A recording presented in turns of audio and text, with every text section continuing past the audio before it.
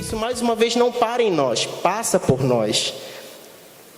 E foi isso que Jesus fez aqui na terra. Se a gente parar para pensar um pouquinho do que Jesus fez aqui na terra, ele veio cumprir o propósito do Pai e tudo aquilo que o Pai havia revelado através dele, para que ele fosse dispenseiro disso aqui na terra. Eu queria abrir com vocês o que está escrito lá em João capítulo 6. Nós vamos ler os versos 38 a 40, que fala um pouquinho disso. João 6, do 38 ao 40. Não sei se vai... Acho que não, né? Já? Porque eu desci do céu, não para fazer a minha vontade, mas a vontade daquele que me enviou. E a vontade do que me enviou é esta: que eu não perca nenhum de todos aqueles que me deu, mas que eu o ressuscite no último dia. Porquanto esta é a vontade de meu Pai, que todo aquele que vê o Filho e crê nele tenha a vida eterna, e eu o ressuscitarei no último dia. Então a gente percebe através desse texto que o papel de Jesus e o propósito de Jesus aqui na terra era cumprir a vontade do Pai. E essa vontade estava ligada estreitamente a vidas, para que ninguém se perca. E essas vidas estavam tendo Jesus como referência, Jesus como um padrão. E através de ver a vida de Jesus, crescem em quem ele era e crescem em quem ele representava. Filho de Deus, que veio aqui neste mundo para salvar o que se havia perdido. Amém, gente? Amém. E aí é interessante isso, porque mais uma vez a gente percebe que a vontade do Pai revelada em Jesus não era algo para terminar em Jesus, era algo para alcançar a vida das pessoas, era algo para se estender às pessoas. E lá em Lucas 4, 42 e 43, a gente percebe que Jesus não era uma pessoa parada, nessa questão do propósito que ele tinha, naquilo que ele precisava cumprir. Ele não ficava reunido com um grupo de pessoas apenas, ele não ficava só com seus discípulos, ou então ele não ia só nas sinagogas. A gente percebia que Jesus tinha o hábito de sempre estar viajando, sempre estar caminhando, sempre estar em movimento. Jesus não era uma pessoa que achava que esse evangelho precisava ser anunciado apenas para um grupo de pessoas. E nesse texto de Lucas 4, 42 e 43, você pode perceber que Jesus ele não se contentava, ele queria sempre estar buscando, sempre queria estar alcançando outras pessoas. Sempre ele queria que outras pessoas tivessem a oportunidade de conhecer aquele que o enviou, e isso revelado através da sua vida. Eu não vou ler esse texto, mas eu acredito que já está aqui na tela. Você pode acompanhar com mais calma. E hoje, queridos, eu e você temos essa gloriosa tarefa. Eu e você temos o precioso privilégio de sermos esses dispenseiros e ter como experiência esse anunciar do amor de Deus através das nossas vidas. Né? Se a gente parar para pensar lá na grande comissão, se a gente for ler Mateus 28, 19, se a gente for ler Marcos 16, 15, que a gente vai falar sobre ide, pregar o evangelho a toda criatura, quem crer for batizado será salvo, a gente vai perceber que anunciar o reino de Deus já é algo que o Senhor confiou a nós.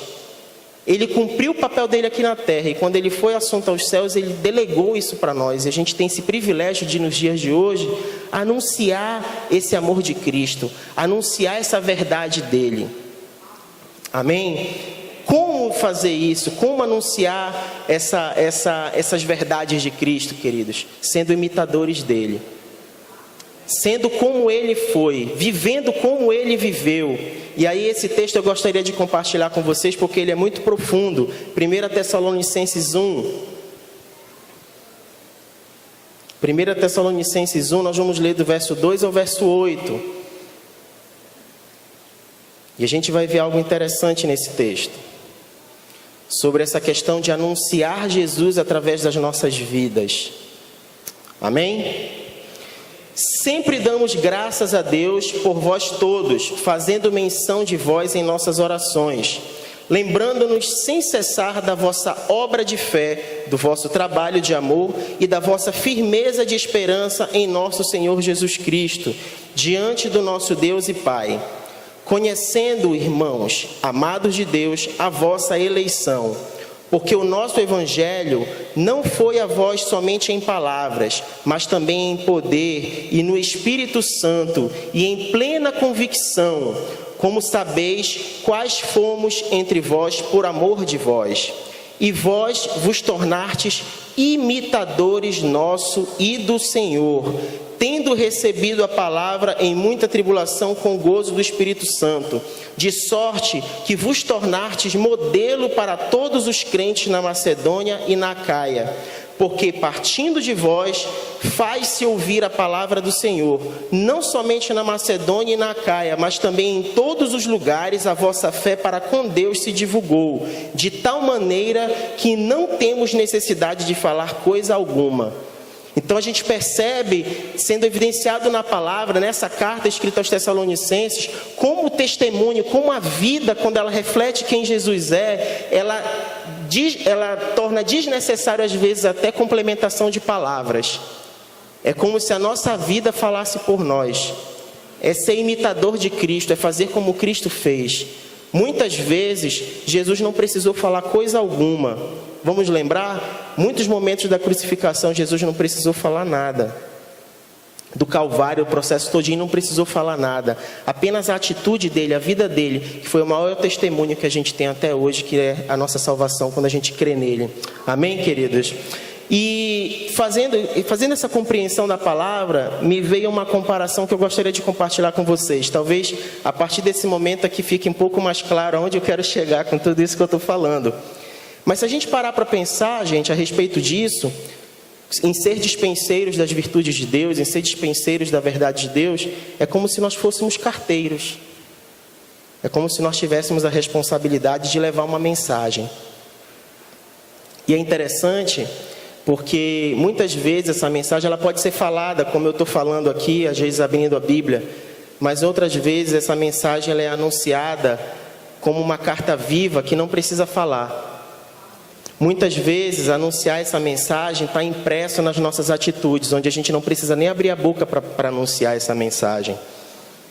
É como se nós anunciássemos as verdades e a impressão de um local, de um lugar, que não é esse onde nós vivemos.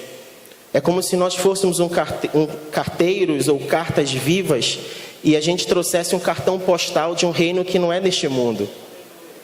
Onde as pessoas têm a oportunidade, já que nós não somos nesse mundo, nós estamos nesse mundo, é como se nós pudéssemos ser uma referência para mostrar algo, uma marca registrada, a essência de um lugar que não é desta terra.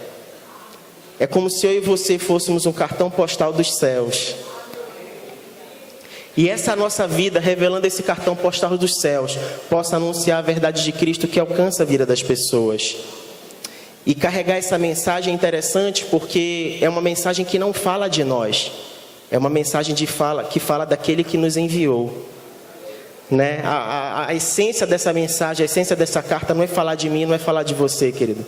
A essência dessa carta, a essência dessa mensagem, a essência desse cartão postal é falar de quem escreveu essa história toda, de quem escreveu toda essa carta. E aí é como se a gente pudesse ter sido confiado esse privilégio, essa responsabilidade, através das células, através do discipulado, através das nossas atitudes em casa, na nossa família, no nosso local de trabalho, a gente pudesse anunciar as verdades desse reino. E nessa ilustração toda, como carteiros, é como se a igreja fosse um grande centro de distribuição de cartas, né? É como se a gente viesse aqui para a igreja e como um grande centro de distribuição, a gente recebesse, olha, hoje você está indo para a célula lá em São Brás, hoje você está indo para a célula lá no Júlia Cefé, hoje você está indo para a célula lá no Guamá, e você vai levar essa mensagem, você vai levar essa carta, você vai anunciar essa mensagem para chegar ao coração daquelas pessoas que precisam conhecer do Senhor, que precisam conhecer de Jesus. E é interessante pensar a respeito disso, gente, quando a gente pensa que essa carta não fala de nós e que nós somos apenas os mensageiros, obrigado, irmã Alice, apenas mensageiros, a gente pode lembrar um pouquinho da figura do carteiro. Né? Falando de Brasil, o carteiro é aquele que geralmente está com um chapéuzinho azul, uma blusa amarela, uma calça azul e uma sacolona do lado. Né? E é interessante que para o carteiro, aquele bom carteiro, faça sol ou faça chuva, Se tem cachorro ou se não tem cachorro. Se tem gente querendo ouvir e receber o que ele tem para dar. Não importa a situação, não importa a circunstância. O bom carteiro, ele entrega a carta. Ele entrega a correspondência. Então eu não sei se você, como mensageiro, como carteiro, tem dificuldade de repente de ir para a célula ou de cumprir essa nossa comissão por conta do trânsito. Bem, eu moro na Pedreira e o pastor pediu para a gente contribuir com uma célula lá no Júlia Cefé.